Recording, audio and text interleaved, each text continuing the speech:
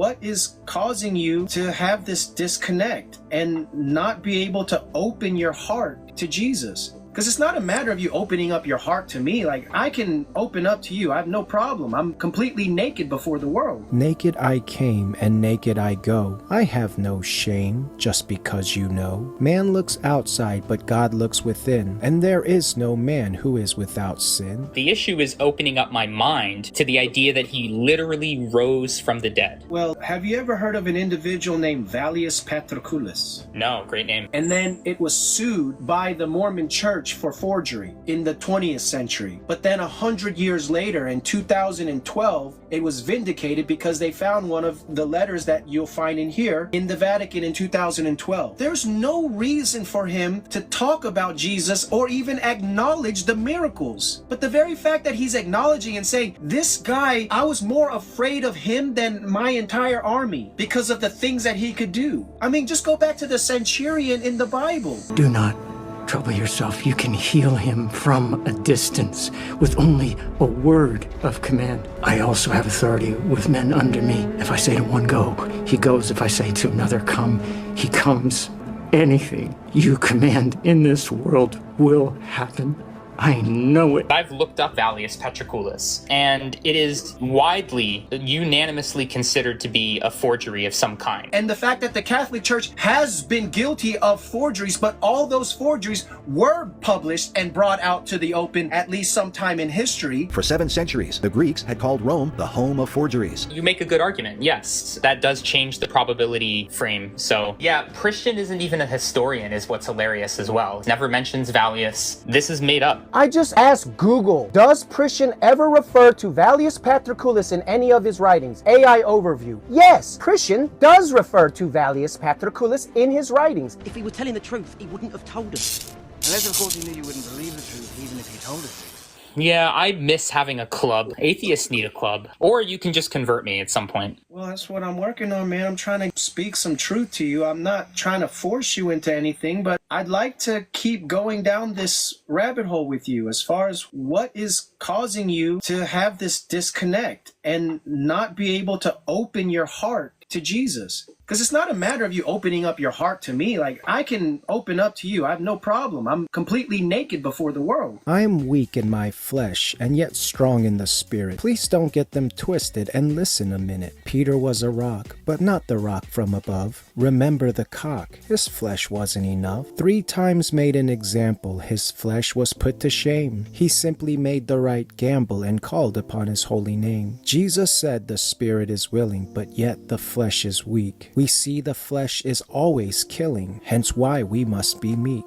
There is hope for the humbled. Jesus meets us where we are. There's no man that hasn't stumbled, so don't try and hide your scars. Naked I came, and naked I go. I have no shame, just because you know. Man looks outside, but God looks within, and there is no man who is without sin. Don't take credit for the good that's been done. There is none good, no, not even one. The papacy holds no authority. Don't comply for mere majority. It holds the Pope in high esteem. It believes its doctrines are supreme. They think Peter was their rock. In man's flesh it holds its stock. The mother of harlots, the twisted Jezebel, tainted in scarlet and from pits of hell. When you glory in men, you glory in flesh. You misuse the pen, and God will then thresh. So though I'm weak, I am made strong. I strive to be meek as I suffer along. Peter,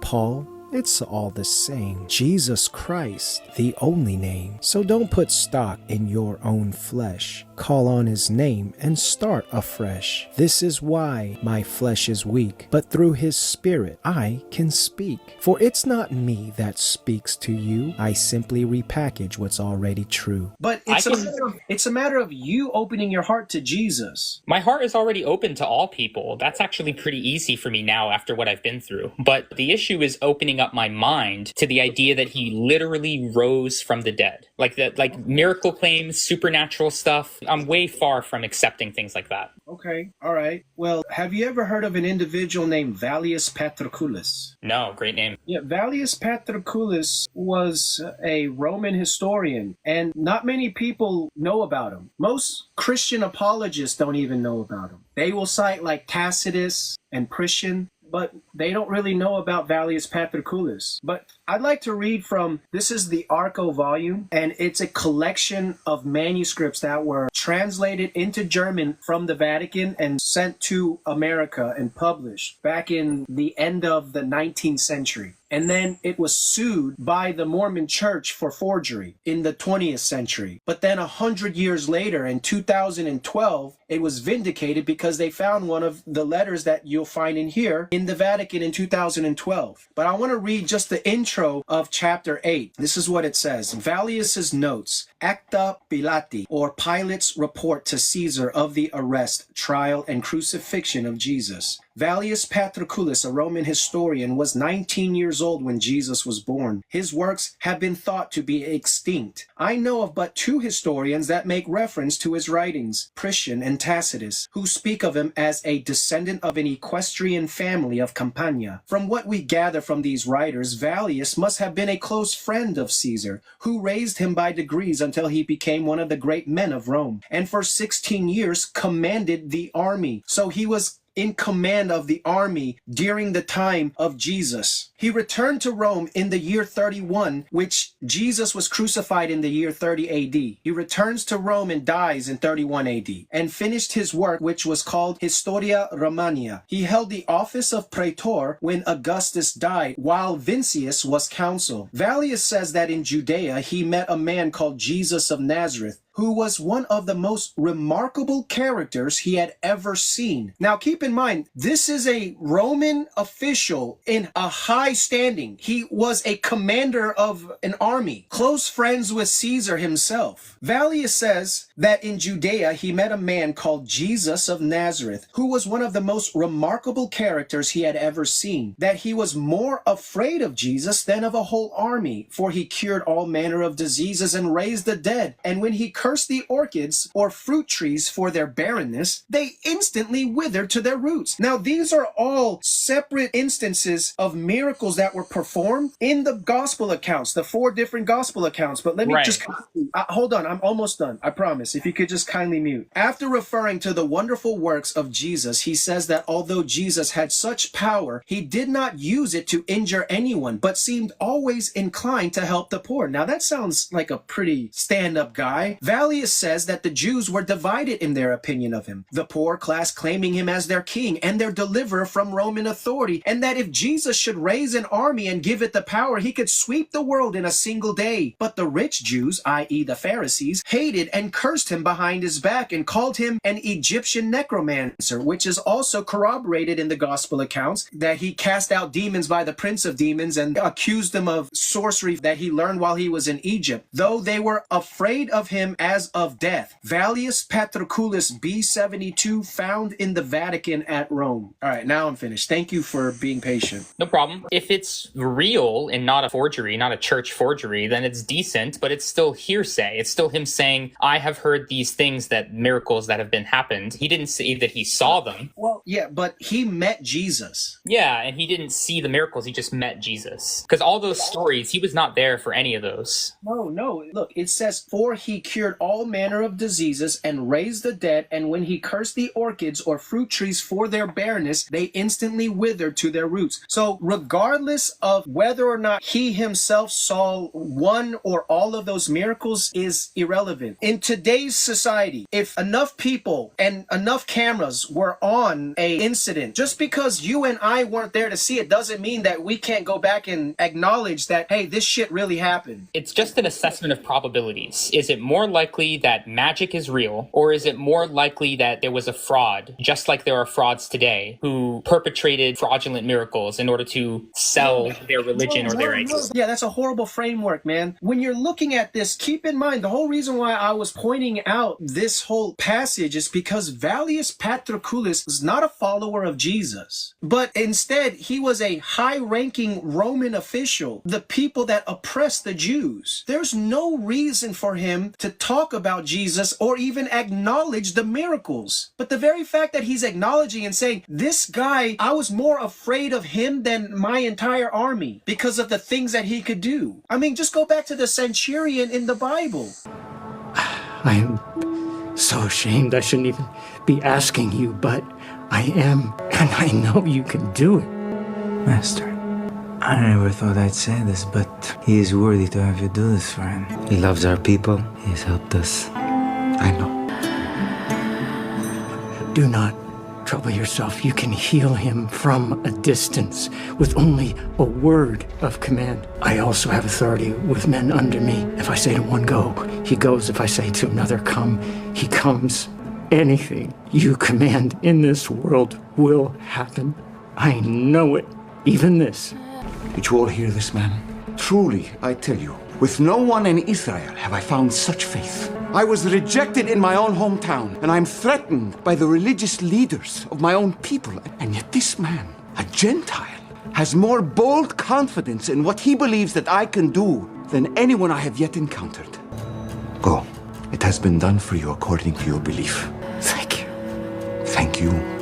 You have brightened my day to encounter this kind of faith. So we have an interesting thing I just noticed, because I've looked up Vallius Petriculus, and it is widely, unanimously considered to be a forgery of some kind, in that this guy never existed. So there's either a conspiracy to hide this information, or it is a forgery. No, I'm telling you, the roots of where that's all stemming from is from the Mormon Church in the 20th century. And I prefaced all that for the express purpose of not having to deal with this bullshit. No, it's mostly because... Hold up, Michael. And the only reason that I want to point out is that in 2012, when the Vatican hired a linguist to go and analyze these over 6,000 manuscripts, one of Vallius Petriculus's letters popped up. And so when you corroborate that, and the fact that the Vatican hasn't published this or made a huge deal of it, and it's just literally been hidden, and the fact that the Catholic Church has been guilty of forgeries, but all those forgeries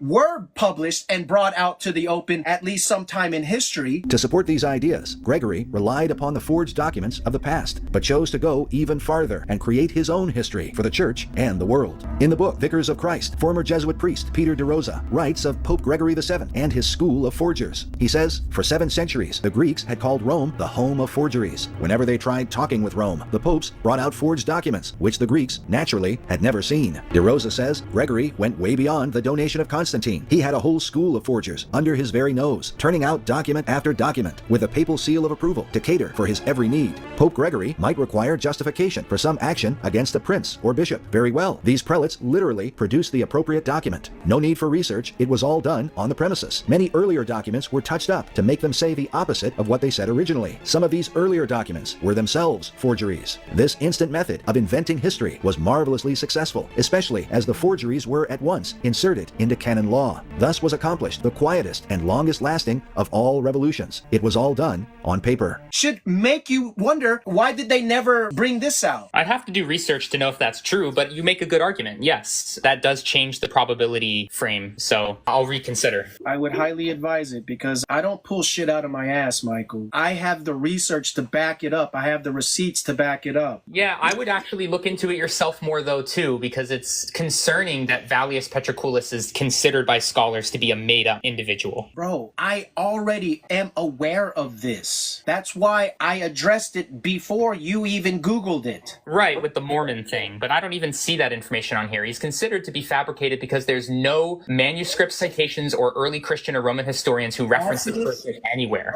Okay, Tacitus and Priscius both refer and bring up Vallius Petriculus. Tacitus doesn't. I've looked that up. Who was the other one? Tacitus and Priscian. Oh, well, yeah, maybe I'll look that up then. And you also have to keep in mind that not all of Tacitus's work is going to be published on the internet. So just because it's not available, huh? This is hilarious. So when I look up Tacitus, there's no support for Tacitus existing either. It also could have just been a modern Tacitus. Tacitus. P-A-C-I-T-U-S.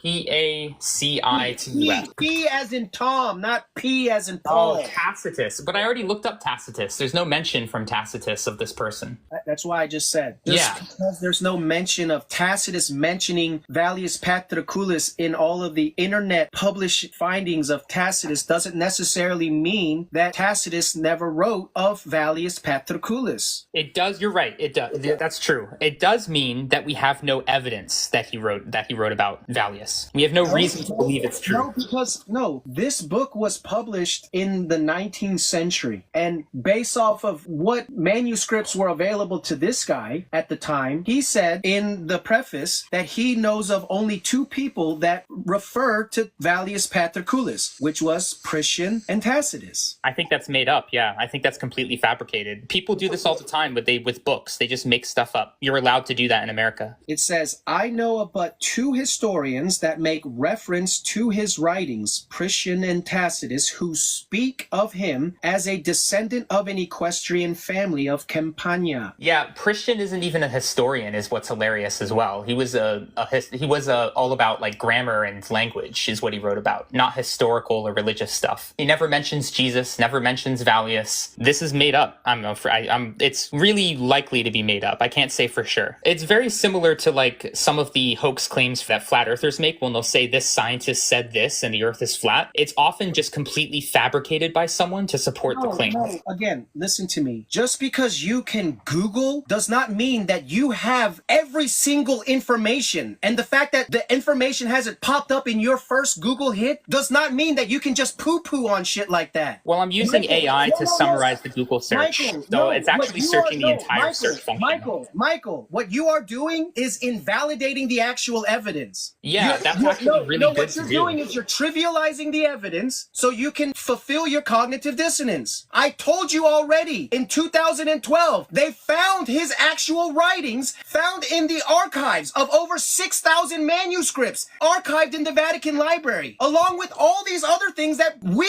as a human society probably don't even know about, because the Vatican has stored and hoarded a whole bunch of shit. Do you know how much gold that they have? And you want to sit there and invalidate it right now like this? Well, do you know how intellectually dishonest you are right now? No, I'm trying to be as honest as I can. No, you are being extremely intellectually dishonest. I just asked Google, does Priscian ever refer to Vallius Paterculus in any of his writings? AI overview. Yes, Priscian does refer to Vallius Paterculus in his writings. He is mentioned by Priscian, who refers to him as Marcus Vallius, according to Wikipedia. Intellectually dishonest, Michael. Resetting the live. If he were telling the truth, he wouldn't have told us. Unless, of course, he knew you wouldn't believe the truth, even if he told us.